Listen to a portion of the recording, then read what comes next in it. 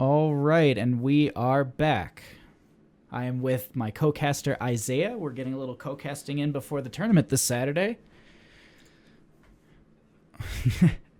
All right, so we are going to actually have a first pick, first ban on the side of boats and holes. And I realized right now that they're actually swapped for my next scene, so I'm going to have to fix that. But Infernal Shrines, what's your take on first ban here?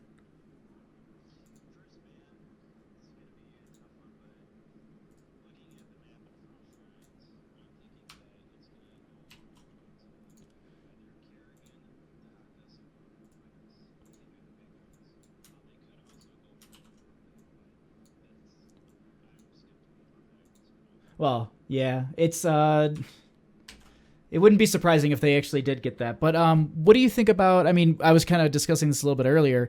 What do you think about the Sonya? Oh, and actually, Genji's going to be our first ban.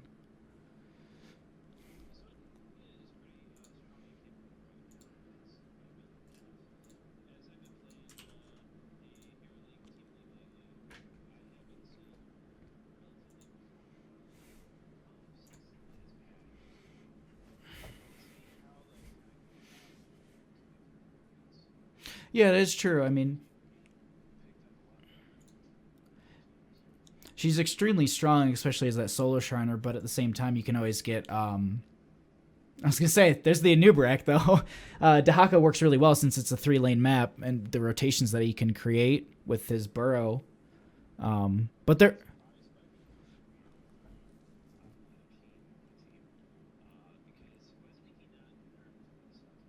Yeah, and I was actually just about to say I started talking about Dahaka, and then I realized they also nerfed his brush stalker speed. They added 15 seconds to it, if I'm not mistaken. So yeah, we're actually looking at a completely different meta right now because Uther's. I don't think he's as strong, especially with the way he's not giving as much armor now, if I'm correct.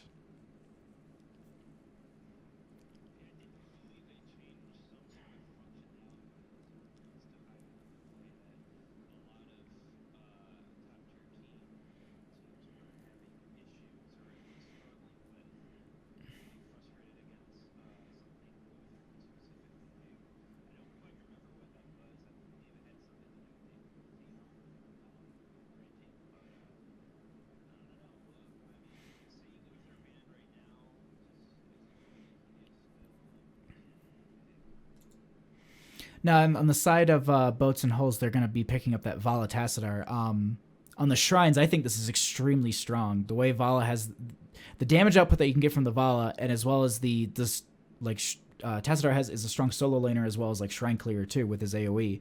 What do you think you could ban out at this point to really kind of cripple the side of boats and holes?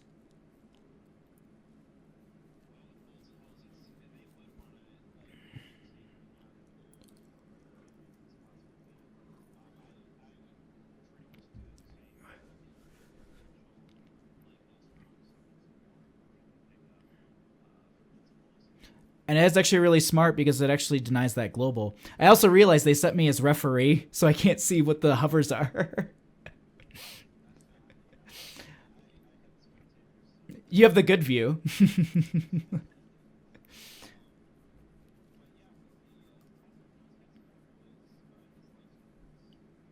Yeah, so I don't know if it's I'm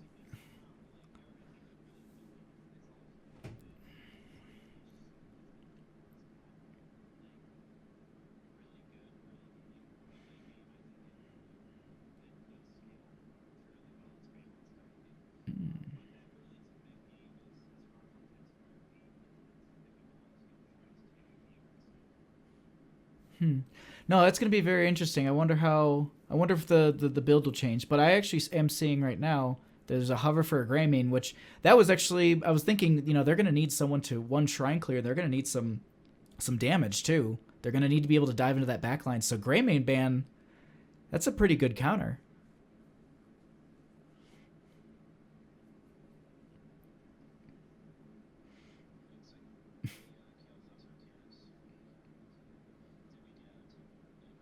Oh yeah, they're Kim Jong Poon. Oh, and sorry, I wasn't even calling the right side the right name. That's completely my mistake. It's actually Hedgie and the Hedgettes. So that was my mistake. I was calling them by a different name. Because last night they were Gang Bang Gangerang. Or no, not last night, the night before. But yeah, they were like, well, we just want to change our our name every so often.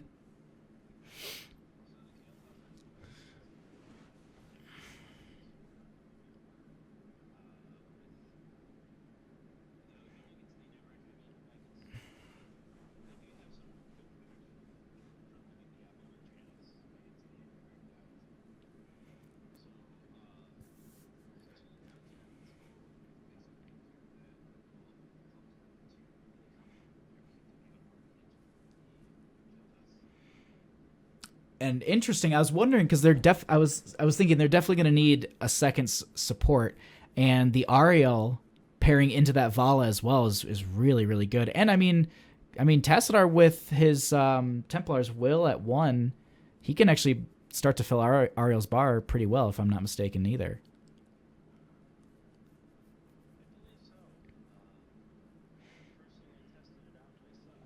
I would think late game it might be pretty strong, but um, on the side of Kim Jong Poon, what do you think last pick to kind of round out this composition?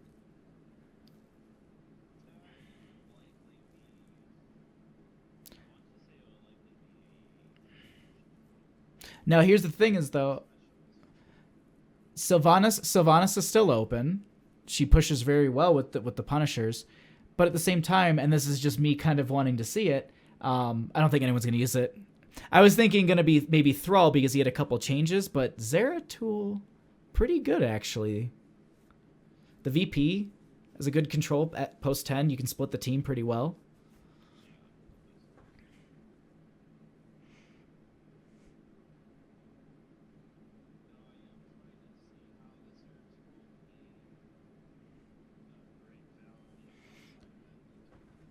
The one thing I am actually a little worried about now that I'm looking at this even a little bit more, Dahaka, if Zeratul just gets near him, he has his W. Ariel has a whip. Tassadar has his D and his Psychonic Storm. So like the entire team of Hedgie and the Hedgettes have a reveal for Zeratul. So I don't know if that was the best pick. But on the left hand side, we are going to have Kim Jong Poon. We're going to have Zatch on Zeratul, Gecko on Diablo, Laz on Rhaegar, Get Real Kid on Kael'thas, and Booyah on Artanis. If you want to introduce our other team, Isaiah.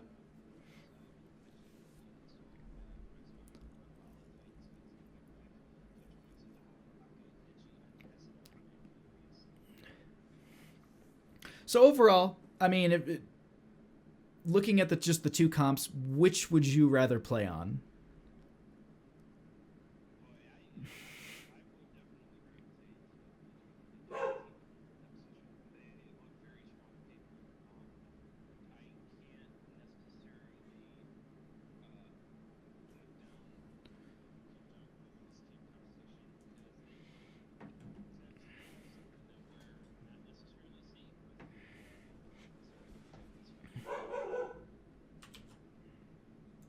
I don't know. My dog's losing his mind.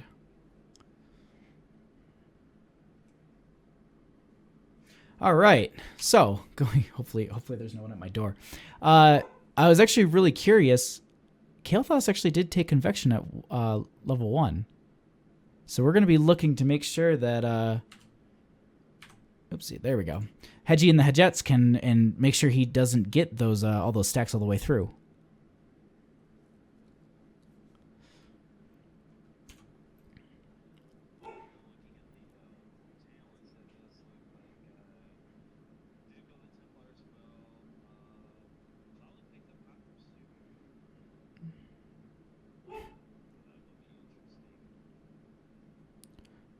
Curious. All right, so we're gonna have. I'm curious to see what the splits are gonna be because they just put Tahaka straight in top, which is what you'd expect to do. They're not gonna take this mid fight. I'm curious to see who they're gonna put in bottom. If they're just gonna do the solo Tassadar or the Tassadar with the Vala.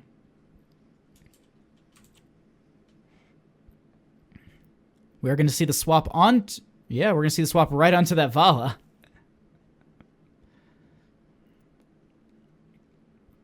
Looking into the lane rotations, we are going to have 3 rotating into bottom.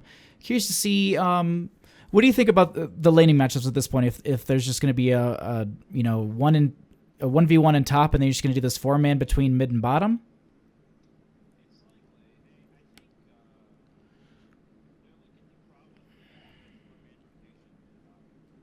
Okay.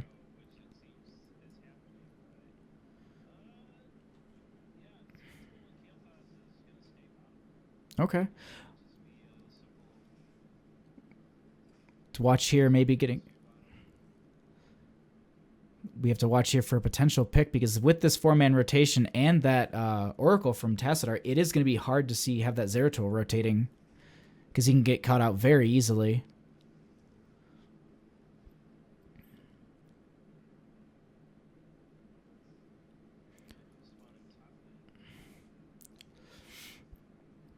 So this first Punisher, we're actually going to see back in mid. Oh, I thought they were actually going to be pushing into that gate a little bit. But it looks like we're going to have right away, Kinjam Poon's going to go ahead and start the Shrine with their Artanis. Pretty good clear at this point on the Shrine. At this point, we're going to have also Tassadar using his Oracle to see a little bit more clear where the rest of the team is, or if they were hiding. Oh. Which he can come in and up into this top grate, which might be a pretty good gank if they get the positioning for it. We are going to see Diablo caught out of position here, and he will fall from the Vala. We are going to see the swap coming out from Artanis, but looks like people are going to be able to peel away from each other just fine. Overall, if one team were to get on the Shrine, who would you kind of think would get the better Shrine burn?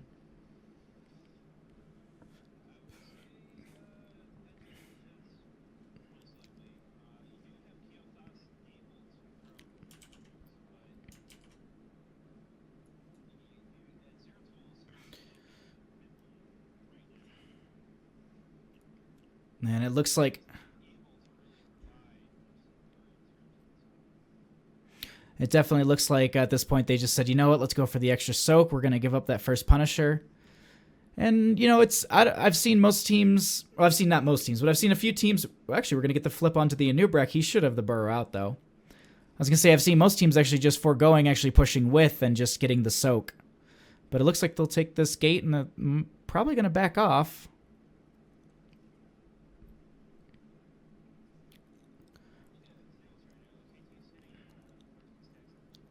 So he is getting pretty close. He can throw a couple more out, and he's only 5 away at this point.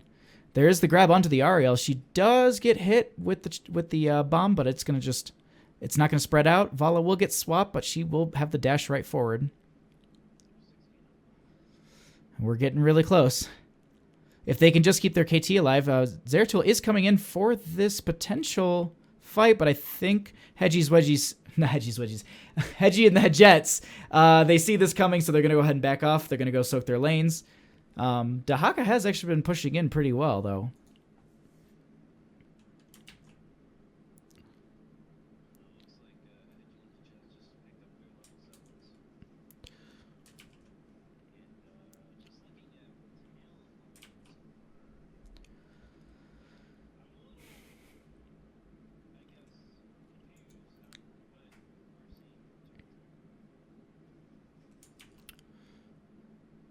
Looks like he's just trying to go for the biggest burst amount of damage he can get.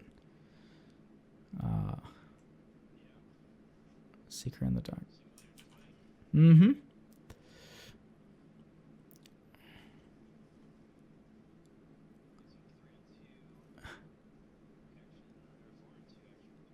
It looks like Vala will be able to vault forward for that kill. Maybe getting a pick onto the KT.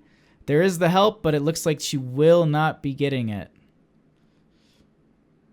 So KT will walk away. He is still holding 16 stacks.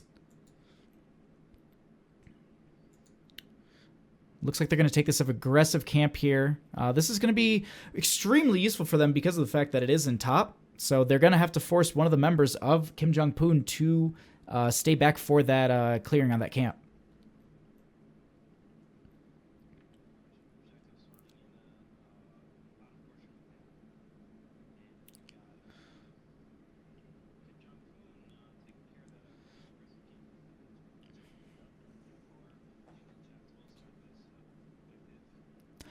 The one thing the one thing I did notice, well, first off, also, Dahaka is soaking mid, trying to get that 10, so they can definitely take this a little bit more aggressive.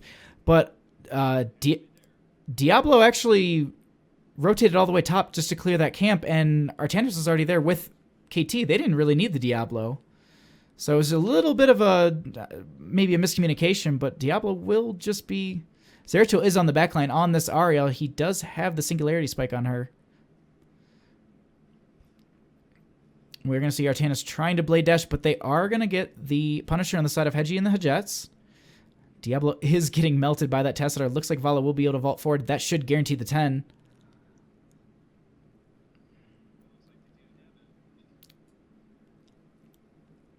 And definitely with that 10 advantage, they can push into this way harder than, obviously without. They have their ability to... Oh, the Force Wall comes up. There is the Web Wrap. But there is the KT that is Web Wrap right there, and he will be losing... No, he actually already finished his stack, so he was... That was the perfect moment for him to die. He must have gotten it right before he got put into the Web Wrap. We are actually going to see Diablo rotating all the way top, trying to get that side soak for another 10, or for 10 on their team, but with the Punisher falling, they will probably guarantee this gate and back up. There might be a swap. At this point, with so much control on the map, what do you do? I mean, you've got the lanes are all pushed in, you've got your 10s, what do you do to keep the momentum in your favor?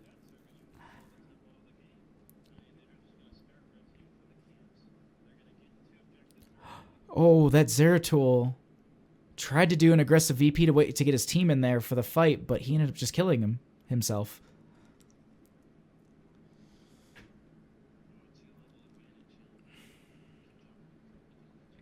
Right. And the thing is, though, that Dahaka is just not even there for most of these fights. It's just soaking those lanes, getting the level advantage, and with the advantage, you can then just take every fight.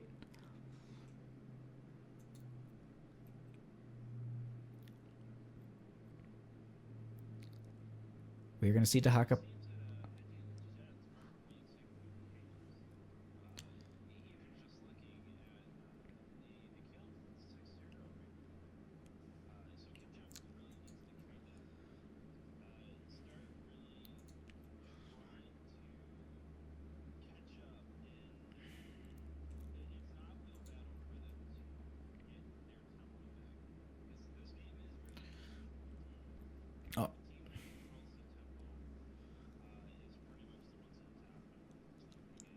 Oh, completely agree.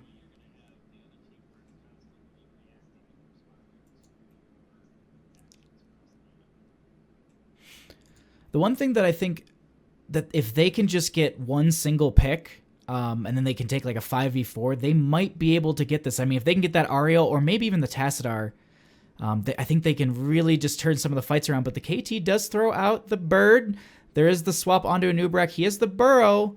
KT is caught out here. He will be falling to no one, actually. He walks away with a sliver. Nope, he falls.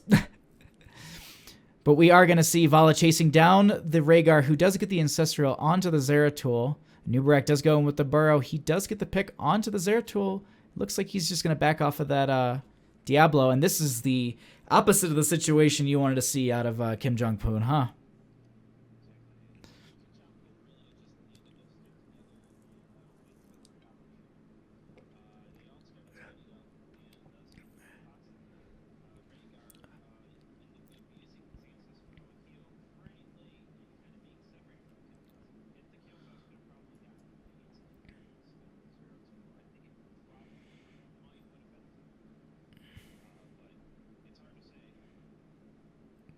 There is a deep VP. There is a force wall to kind of separate.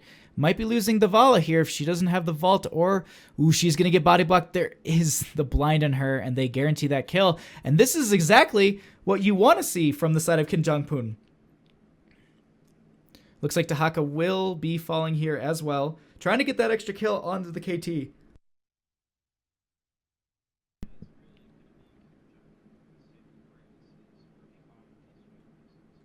Oh yeah, that backline Void Prism was so critical And the best part about that is because of the fact that Hedgie and the Hedgettes didn't get the camp, that definitely screwed with them.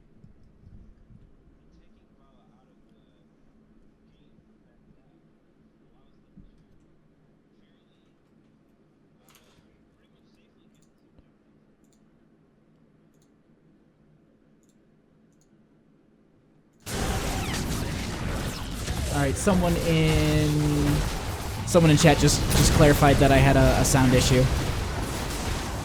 but it should be all fixed right now. We are going to see that the Anub'arak did burrow down onto that KT and Zeratul, trying to get that pick, but actually the Rhaegar will be falling.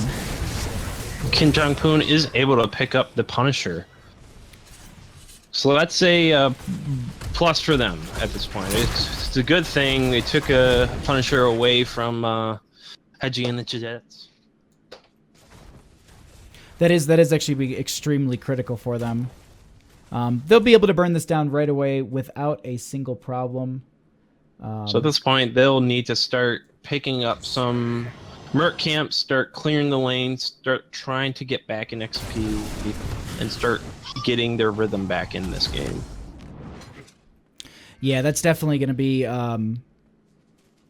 if they can push their waves out, they can get a little bit of lane control, but the big thing right now is it's still almost a 2.5 level difference. Yeah, there's talent tier above on Kim Jong Poon right now. Yeah, with the talent tier on the side of the Hedgie and the Hedgettes, that's definitely going to be benefiting them further into this game. So if there is a shrine that should be popping within the next minute or so, they could potentially take a fight here and still have the advantage.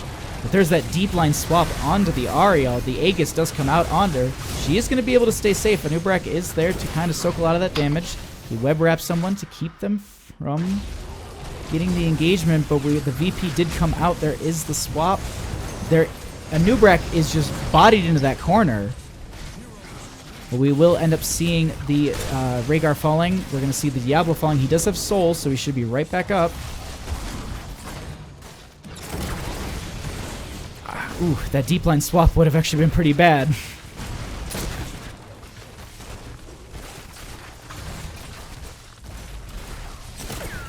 Did I lose you, Isaiah? Nope, you still have me. Okay, cool. Okay, just a bit curious about something with Vala's build, actually, because she is... Did she actually take Gloom? Is that what I'm seeing? Yeah. I was just about to say, wow. And likely in advance of the Kael'thas. Oh, yeah, yeah. I was just like, wait, Gloom, yeah, that works out perfectly against Kael'thas, doesn't it? And it is pretty much playing... New follower detected. From a safe position with the multi-shot. Oh yeah, yeah. No, she can definitely. She's got Rexpa really built her. At first a little confusing, but now it makes a lot of sense the build that he went into. So Dahaka will actually be using his extreme, pushing his extreme lane pushing ability. He's going to push up that wave just a little bit further, so that way it really pressures onto that keep. At this point, all that Kim Jong Poon can do is they're going to try and just get this fort, try and get them closer to 16, and they have to give up this Punisher, though. I think it's mostly going to be for naught at this point. They could have probably sent one person to likely try and push out for that fort to get that extra bit of XP and putting the rest of their team on defense.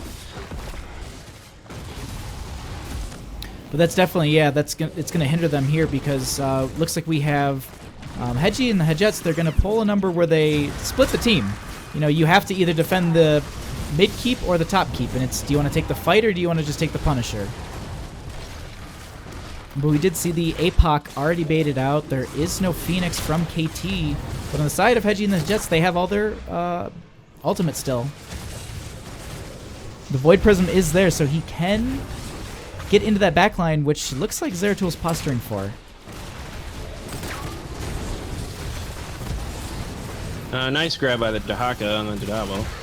And nice. Zeratul is going to go down. He actually landed that, where does he got Voice Prism? He got that isolation right away. we are going to see the Ancestral just barely miss that KT. And it looks like at this point, this might be the death march for the core. And can jump Poon's last stand. Arctanus will fall. And Rhaegar is just going to be able to sit and watch as Hedgie and the Jets will take this game. First game in our however many games we're going to be casting tonight. Overall, pretty good. There was a couple moments where Hedgie and the Jets actually had a chance to fall behind, but overall, it looks like they were going to come out on top of that one.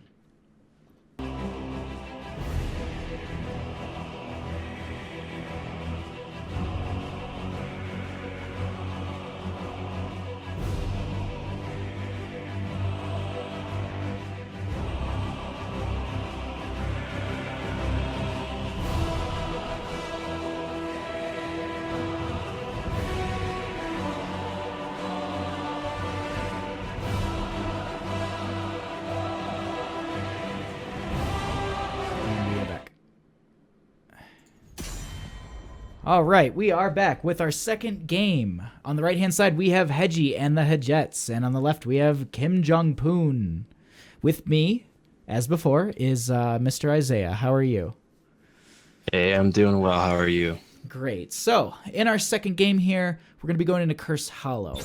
What do you think overall, band-wise, after that first game of that dominant Vala Tassadar combination? I think they'll very much likely get rid of Vala. Now they could get rid of like they just did the Anubarak, and they could very well get rid of another tank. I would assume that they would want to get rid of the Vala, primarily because last game they were able to play it safe. It was the only major DPS that they had. I'm wondering if they ban the Anubarak because they're just like, you know what, we're not going to run it in our comp. We don't want you to have it, but we want you to ban something else out. And I'm wondering if they tried to target it so that way they can get the Uther. Yeah, and it looks like Hedgie and the Jets went ahead and banned Genji. So I don't know. Maybe it's something. Or no, that was Jong Poon actually banned the Jong Poon banned Genji. So that's what I was wondering, because they banned it the first game, but maybe it's just something they don't want to deal with, or I'm not sure. What do you think though? First pick wise here on Curse Hollow. It's likely that they'll likely want to do the safe picks. A tank, a heal. They could go Diablo again. Ooh, so they're going to go ahead and pick up the Rhaegar, but also for that global aspect with the Dahaka.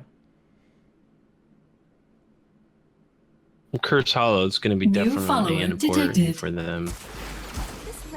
We will forge a great destiny. There's a Li Ming and Varian. That's actually really, I like that. The Varian with his ability to dash in and slow a target a little bit, and that gives Li Ming a little bit more of an ability to capitalize on her combo, and then the Uther stun in there as well. I mean, it's a lot of CC to make sure that like Li Ming can get her damage in there. Yeah. Ban-wise, though, do you think they'll try and target a global again like they did in the last match? Or do you think that they'll maybe go with something that's a little bit more centric to their team like that Tassadar that last game? I think they would want to ban up a global. I don't really think it's necessary to ban up a Tassadar. And they, of course, did. But as of right now, there's no one on their team, on the other team, that is really building to need a Tassadar. They respond with the other Shielder ban, so For 1 second there, they said, you know what? If we can't have shields, you can't either.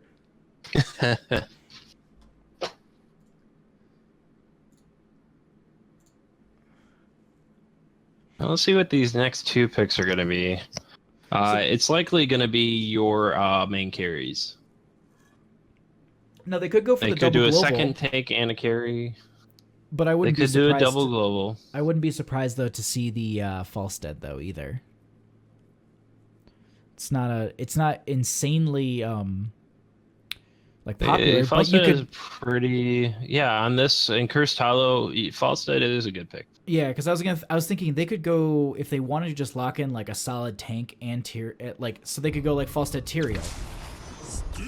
Because I was thinking you could take the Falstead for the boss control because it's there's 2 bosses, so you could either fly in, gust out, and then you also have the Tyrael for the Holy Ground at 16. So it's a lot on that side. But the Stitches pick, that's pretty good because that's the double. It's a tongue with also the hook too. And that, once someone gets pulled in, you have the Gray Mane pounce and burst them down. Yeah, they want some good follow up with the hook. They want the hook, then Dahaka, if he's on top of that, you will do a drag. Gray Mane will hard engage, and of course you'll have the slow totem from Rhaegar. Yeah, that's actually so they're building into just if they can get a pick, and then just keep rolling off of that one pick. If they had gotten that Li Ming, though, I think that would have rounded out their comp pretty well, too. Because the fact that if they can get one kill, then Li Ming can just keep following up in the backline. So It's very likely that they're going to stick with the Gray Mane as the main carry for their team and go for a split pusher alongside the Dahaka. But I mean, considering that they have the Dahaka, they just might go a mage at this point. Probably will go Kael'thas or a Jaina, perhaps. that's actually a really good idea. That wouldn't be too bad. I was thinking Sonya would work as a solo laner, but I mean, you've got the Dahaka and Greymane already. Those are pretty good solo laners. Something that would pair well with the Rhaegar Stitches might be the best. And as you were saying, like I don't know if the KT's the best. He does have pretty good poke for those curse points, but Jaina does as well. But there's the KT. Yep. It would probably be the right response. You do have 3 melee on the side of Red Team. And that last pick, Zul'jin, was kind of a surprise to me. It's interesting. I'm wondering, because if they do the Tostingo, there is a potential that Zul'jin could be stunned out, that he can't get the Tostingo, and then he doesn't get that benefit from it. So, I don't think he'll go the Tasdingo. He you could don't very think well so? go the guillotine. What is it called? I don't know. I Guillotine? think it's however you just choose to pronounce it, because I always pronounce it guillotine. Guillotine. But I don't know. I think it might be just that does damage based on Zul'jin's missing health. So That is true. the more health he's lost, the more damage that ultimate does. And if there is a Kael'thas who is a little bit low on health, you get that in that back. You get that onto him. That's a first reset for Li Ming, and that's the snowball of the fight right there. Mm-hmm. So that's actually the Zul'jin could So work out pretty they well. got multiple. They got the multiple disables in the form of Uther, Johanna, and Varian. The pull Varian from goes Joanna taunt. too, yeah. All you're relying on is Zul'jin just kind of whacking away at them with his auto attacks. Just asking if he wants an axe the entire time. Prepare All right, we need to actually introduce the team. All right. So in the meantime, I will on the. Oh, did they switch it on me? Oh, these guys. Possible they switch it. They switched sides on me. So can you go ahead and introduce the teams for that's me? what I originally pointing out, because Blue Team, it looked like in the pre-draft lobby that Blue Team was hedging in the Jets, which was That's the why case. I was just like. That's why I was like, yeah, no, it's the other one. That's complete. No, they switched. So on you me. do have Rexba on Kael'thas, Caleb Reese on Rhaegar, Veteran Wings playing Dahaka, Hedgie playing Greymane, and Titans King playing the Stitches. I'm never casting another one of their games. All right. Of course, on your red side, Go ahead. Gecko on Zul'jin, Laz playing the Uther, Get Real Kid playing Li Ming, Zatch playing Johanna, and Booyah playing Varian. All right, and with everything finally set back up, we are going to be seeing in the bottom lane, we're going to just have this 3-man rotation that tried to get a little bit down on that fort, or that tower. It seemed to work out a little bit for him. So it looks like... So going back to our draft for a quick second here, I'm curious to actually see if this is just like a response from the first game. Like, no, we're going to play KT. We're going to show you. Right. But KT, I mean, he does really work on this map with that poke that he does provide. Talking about, let's take a peek at some of the level 1 talents. It does look like Stitches is leaning more into his slam build. It looks like we're going to have the enhanced agility from Dahaka and the lightning bond from Rhaegar. Cocktail build start out with Greymane. At this point, we're just going to have it's nothing too much. It's just a lot of posturing till the first objective. Just trying to whittle down the team a little bit, maybe get a couple picks, get some of those early questing talents done. But everyone's just playing extremely safe at this point. I was hoping for an early pick on that Li Ming. That Kael'thas was really digging into it, but did not look like it was going to be going.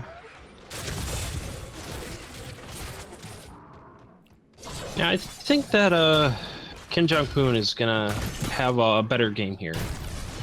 With their team composition, they do have a great lineup, as we discussed during draft.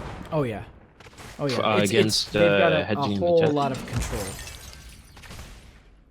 I don't know. I see already that they picked up their Merc camp. Yeah, and actually, I was bot lane. gonna notice that. I was gonna mention that since the first one is always at just about 245, you can then, if you get your bot camp, it should be timed perfectly so that way the enemy team has to rotate out of lane for the objective. And at this point, you want to hope that it's just going to be in top. KT's taking some pretty good damage down in the bottom lane. It looks like the tribute's going to spawn in the top lane. And this is the perfect situation you want for Kim Jong-un because of the fact that they have to spend a couple seconds clearing this bottom wave, and it delays their rotation. But we are going Rhaegar and Dahaka are going to be the only ones in the area. Looks like we will be seeing, though, that with that vision gone from the Rhaegar, they will just be getting this, and it's going to be a free tribute. I was just pulling myself all the way down just to get the view, and then I did not even see Greymane fall. Zul'jin must have... the Li Ming was able to get a nice magic missiles down onto the Greymane with the Arcane Orb, which got the kill. So that's exactly what they want to be doing with this composition, is just getting those single picks. And because at this point, with that, they can push in this bottom a little bit. Joanna might struggle against that KT just a bit, but... He's looking to slowly whittle her down. Yeah, at the same... I mean, yeah, the blind against his magic Joanna's just saying, I'm having none of it. Now, what do you think about this top lane matchup? Dahaka isn't really getting much value at this point. Yeah, that variant's just chucking out that stuff and is denying Dahaka from being able to clear the minion wave relatively quickly. But variant, of course, is going to rotate because this tribute is spawning in the top right corner of the map. He is going to get caught out, though, by the Rhaegar and the Stitches. The hook does come out for the block. We are going to see that we have the Greymane diving in. They are going to be backing off. Dahaka is here. There is a tongue available. Looks like he's posturing. The team is very spread apart at this point. We are going to see the Zul'jin falling. That is going to be a Varian falling also. And Li Ming's about to go down also. And that is the Li Ming falling. And Stitch is just harassing this Uther. And that has been the bane of Kim Jong-Poon's existence for this game. Or at least that skirmish right there is... Stitches peeled Uther away and did not allow him back with his team. And that's exactly what you want to be doing as a tank. That is the definition of peeling for your team. You get that healer away, they can't heal, and then you slowly just collapse upon the enemy team. So now I'm gonna have the words put right back in my mouth. I was saying, that Dahaka not getting value. Well, look at bot lane. Right, Dahaka with that global is able to create value for his team right now, and is really pushing his team forward to that level 10 that they're looking for. The nice thing about I didn't have time to talk about it. They did know that in bottom lane was going to be the next tribute, because the way that it just it spawned in top middle, top right, so you can assume it's bottom left. Because that's the quadrant that's left for it. So Dahaka already being there, he can rotate through the bushes quickly. Varian is getting way onto this KT, and the team is chasing quite far for this, because they have a guaranteed Varian kill, I guess. Yep. That is the thing about tributes in this game. If you can see where the first tribute spawns and where the second tribute spawns, you can guarantee to know where it's going to spawn for the third one. Right. Now the thing is, it never spawns in the same side of the map 3 times in a row. Exactly. So typically, you can so it's every third. So now this fourth one is going to be randomized. Mm-hmm. But on the 6th, you can then generally guess where it's going to be. We are going to see an aggressive boss pickup for the side of Hedgie and the Hedgettes. But with their 10s, I mean, can Kim Jong-Poon really even contest this at this point? They're looking to push up to 10 relatively quickly here. I mean, you got people in all 3 lanes for the most part. Well, except for Li Ming is not really soaking bottom lane, as Hedgie and the Hedgettes are pushing for the boss. And it looks like the engagement here is fighting over the boss. They're trying to stop Hedgie and the Hedgettes from getting this, but it looks like they will pick up the boss and get some 3 kills out of it with Li Ming's ult and Johanna. And they're going to chase this Uther down and likely get the kill on him as well with that soul totem. Uther is going to divine intervention himself and get away safely. Ooh, the you gravity spoke too lap soon. off. No, I think they might have had that fight, but as you can see, Varian's just rotating in from top lane. So with that, because I don't think the Varian rotated in time, this is going to be a tribute with top pushed in, bottom pushed in with a boss, and I think they're just going to rotate into mid and guarantee this fort. Right. Yeah. Siege camp top, boss bottom. Definitely, they're going to push hardcore down mid and let the boss and siege camp do its work. Exactly, because they've already split the team enough, and ooh, the Uther gets so far out of position, he's locked down by the team, and he will be falling.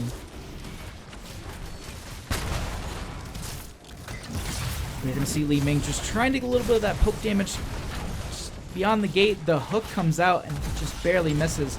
But with this curse, I mean, Varian needs to rotate.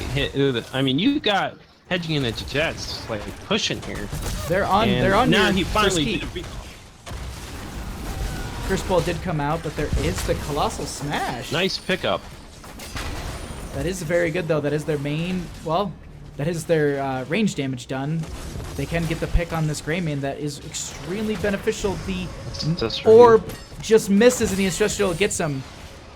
At the same time, Greymane is really low, so he can't really fight too much. I hope you made the most of it. Good, decent engage and chase on Kim Jong-Poon's part, but they are down 3 levels and a talent. I think if they can just get, if maybe they can get one more pick, or they can push up their lanes just a little bit, they're definitely gonna be on that cusp of 13. You can see this Wings and Dahaka kind of hiding out nearby. Definitely scoping out the enemy team, making sure what are you guys doing in here. He's got the drag, pull the Uther divine intervention himself. There's the Phoenix from KT. The Pyro Bomb will get him. The hook does come out and connects onto the Varian. He will be pulled back. He does get protected. The Rhaegar is right on him. He should be falling here. The Curse Bolt does come out. We're going to see a disengage from Kim Jong-Poon. Red team's course. And with that, I think that's going to be a free boss. Yes, indeed it will be. Kim Jong-Poon losing their healer in that fight is... They wouldn't have not been able to engage them. For sure. Oh yeah. As much as the team composition for Kim Jong-Poon would work very well for them, in other areas of the game, in terms of experience, more specifically, they're just losing it. And Hedgie and the Jets really are controlling this game with their level advantage, and of course being talent tier above throughout most of the game, but now they are on equal footing. We're going to see I there. misspoke, they just hit level 16. The Tostingo does come out of Zul'jin, does keep him alive. We are going to see the isolation onto the Joanna. She will be just barely making it out, but the boss is knocking on that keep. Another divine intervention onto Varian this time. Varian protecting and trying to do something, but The looks like he's the dots from gonna fall. KT will be killing him very quickly.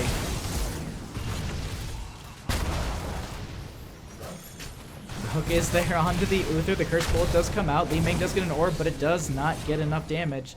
And we will see a solid just disengage from Hedgie and the Jets.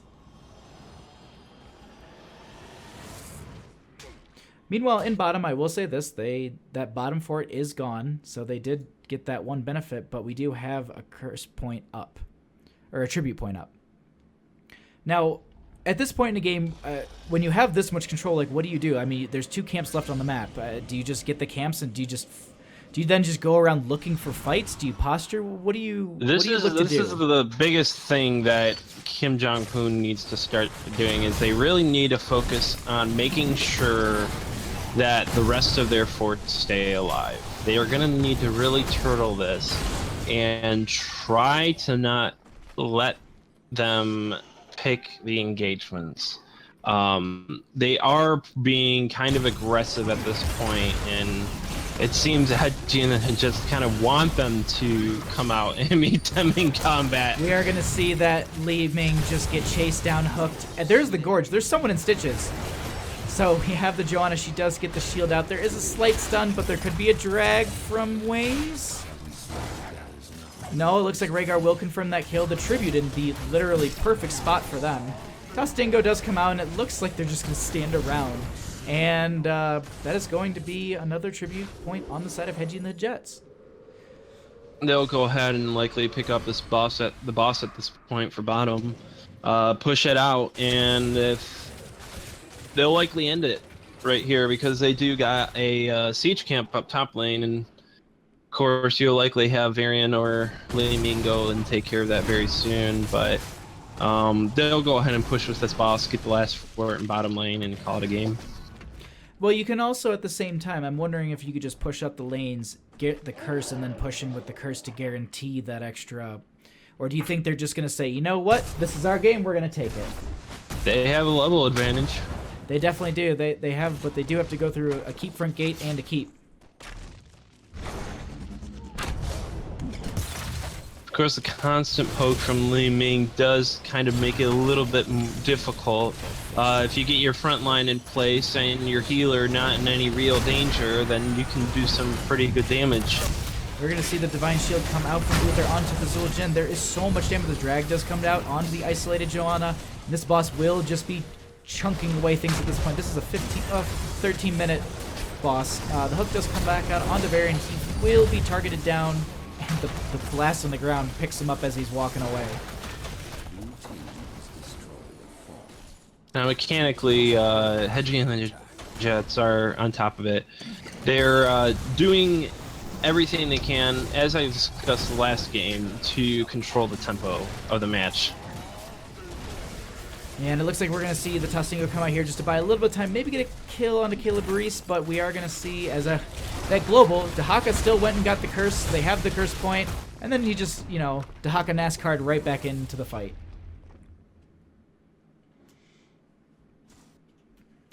Good game overall. Great game from both teams. All right, and welcome back. We are in our third game, and I did check this time. So, Hedgie and the Hedgettes are on the left, and we have Kim Jong Poon on the right. Yes. I did check this time. So we are going to be on Tomb of the Spider Queen. Now, me personally, I always like Azmodan, but who do you think would be first ban material here, especially with a lot of the changes that have been going through? Right. You want to get rid of strong wave clear pretty much straight away. I would say you'd also want to get rid of some strong lane matchups.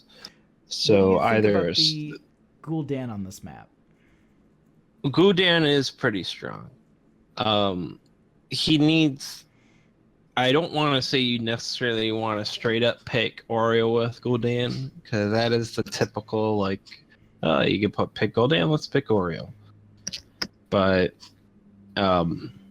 if it was me, I would likely be kind of gravitating towards a lot of wave clear, a really strong specialist that does good damage. You just really want pushing potential because if you do get those spiders, you want to be able to like push like there's no.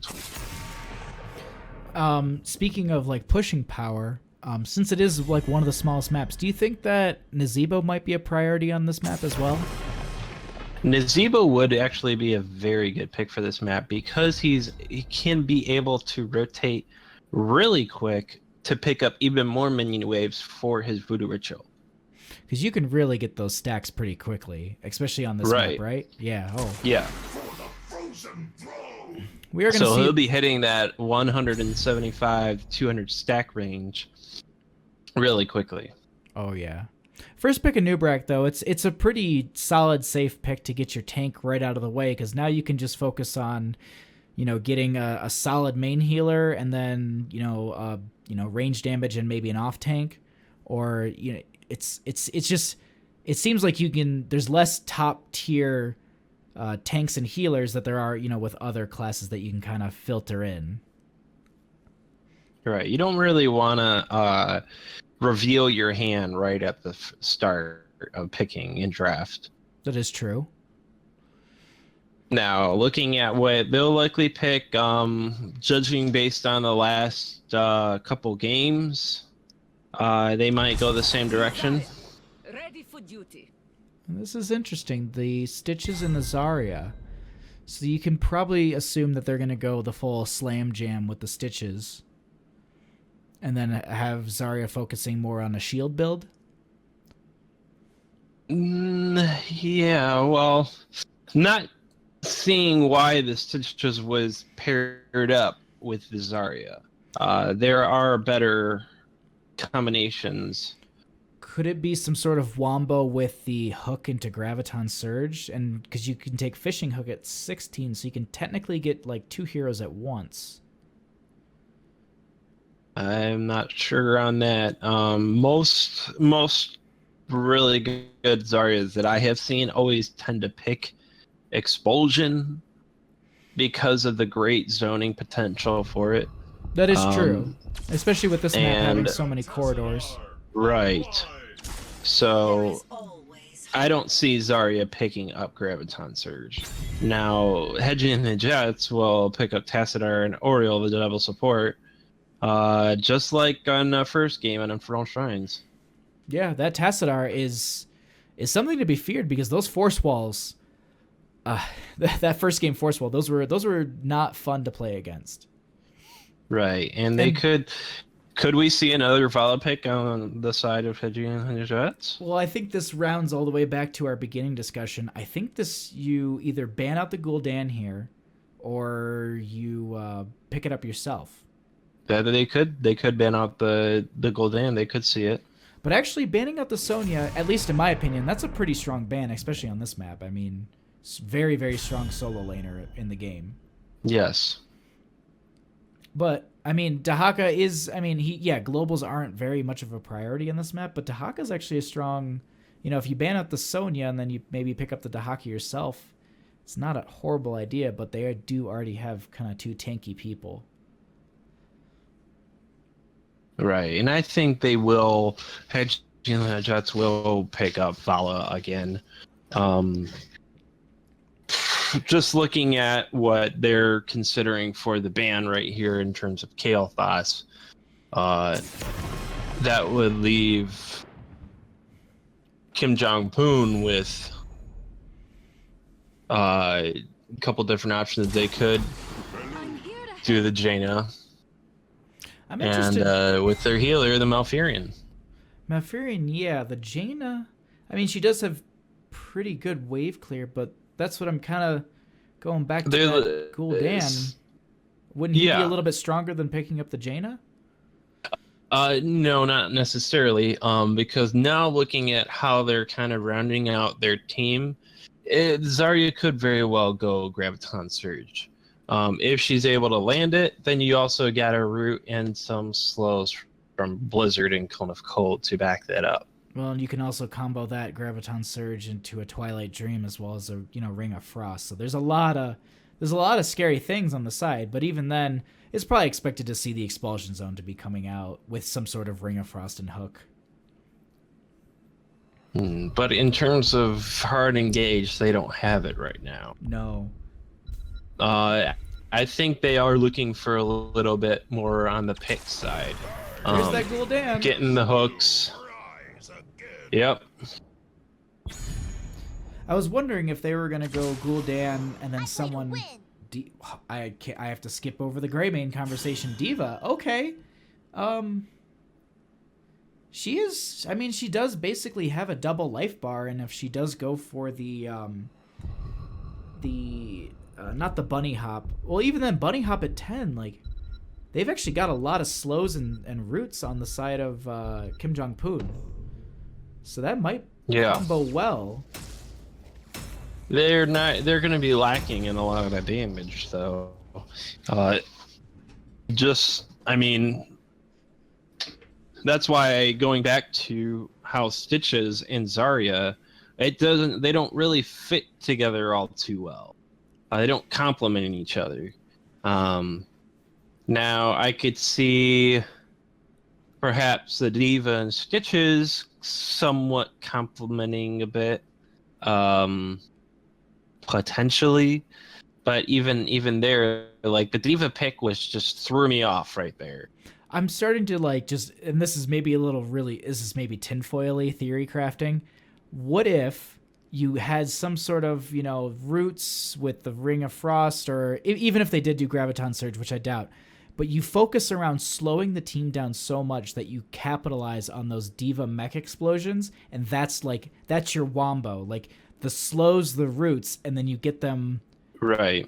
That is going to be the hard point for them, though, to be able to effectively execute that is going to be their biggest challenge for this matchup.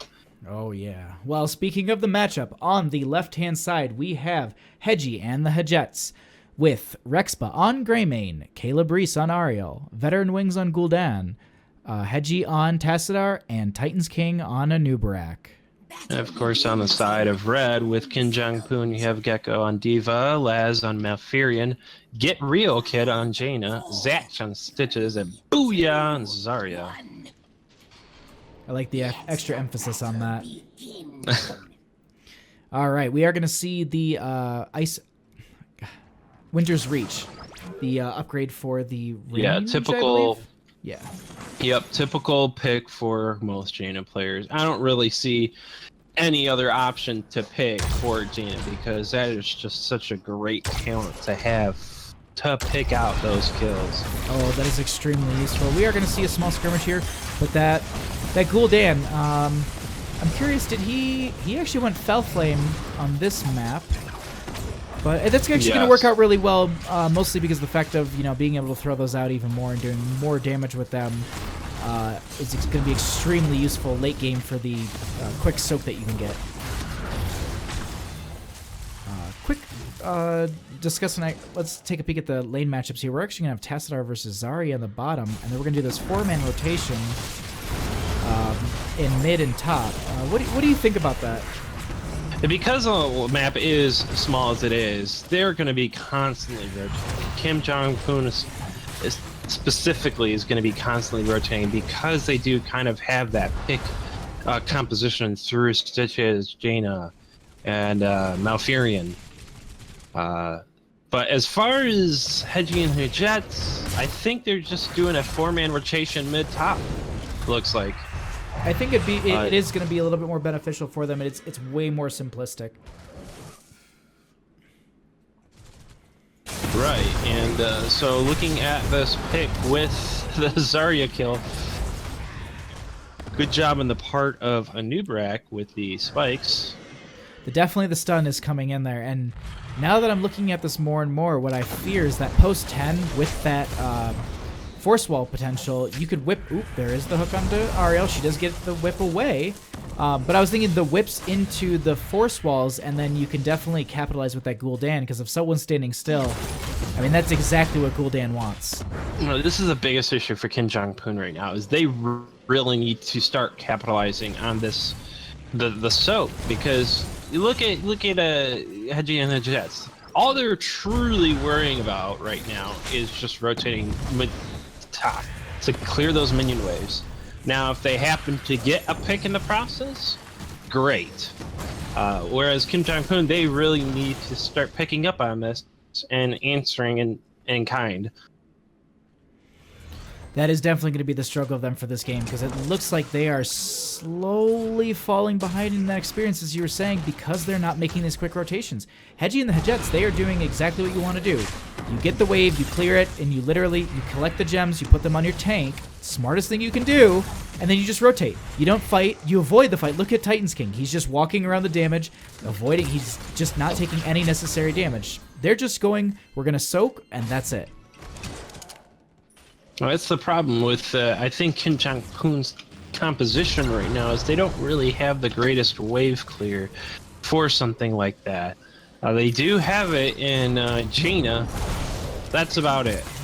Jaina does, but she does have she's got some cooldowns. I mean, the Malfurion does speed them up a little bit, but Gul'dan is just getting so much off of this corruption. Exactly. And Malfurion's just going to have to burn through his mana bar, healing these guys back up. Really what Jong Poon needs to do is try and get an early pick and then worry about the soaking at that point. But what is happening is actually Titan's King is doing an amazing job of just kind of taking all that damage from that Ariel, and that Nubarian armor at 1 is just like, alright, cool. Throw as much damage as you want on me. I'm a Nubrak. I live forever. Right. So it looks like Hedgie and Hedgettes will get the first spiders of the game. Now, power-wise, these are going to get maybe a gate, maybe push up the wave a little bit. They're not going to be pushing on forts, right? They could potentially push on forts. However, I cannot deny some of the damage potential from the harass that Jong Poon is able to put out. However, just kind of looking at some of the talent choices right now, you do got the Galean Cocktail from Greymane that could constantly hit that back line if it's hitting someone in the front. And of course, the constant Fell Flames from Dan just makes it difficult to really get in there and do anything. Oh yeah, and then you throw in a couple corruptions too. That's damage over time, and that's the worst that you have to deal with, because even if you tap the well and you're going back up, you can still kind of fall if your health is low enough. So already you're looking at all 3 outer forts going down nearly, except the top one. Well, yeah, the top was most heavily defended.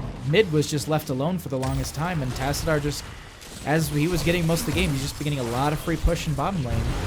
I don't think that D.Va's really going up against him too well, and I don't know if they have a really good solo laner against it. That Sonya ban might have actually hurt them. Well, the one thing that Jong Poon does have going for them right now is not trying to give up too many deaths. They do have 2 on their team as of right now with D.Va and Zarya, but so far they're doing okay to try not to die. Unfortunately, I speak too soon on that, as Zarya did go down. And Hedgie and the Jets are just now picking up their level 10s, and so now they have ultimates. And that is actually 2 more picks on the side of Hedgie and the Jets. And that's going to put them at a very comfortable spot. It's a 6-minute boss, but they can technically take it if they really wanted to. We're going to see a pull into the Grey Mane, and actually a Nubrek's going to take that ability to say, you know what? All right, pull us in. We're going to fight you then. There's the Force Wall to block him from getting out. This is the Horrified. There's actually the Web Wrap, too. We are actually going to see the Force Wall come out right again. Zarya will be taking a ton of damage. Will she be able to get out? No. There is the Diva Mech to kind of zone them away, and it will do exactly that, but... Okay, I thought they were going to re-engage there. So at this point, it looks like they got their 10s, and they said, all right, well, we're going to force every fight possible. And they will go after this boss. It's 7 minutes, not the 6 minutes that we originally presumed. Yeah, so it's a little bit stronger. It scales, you know, just scaled up a little bit further. They said we'll get a couple picks, a little level lead, and then we'll take a slightly stronger boss.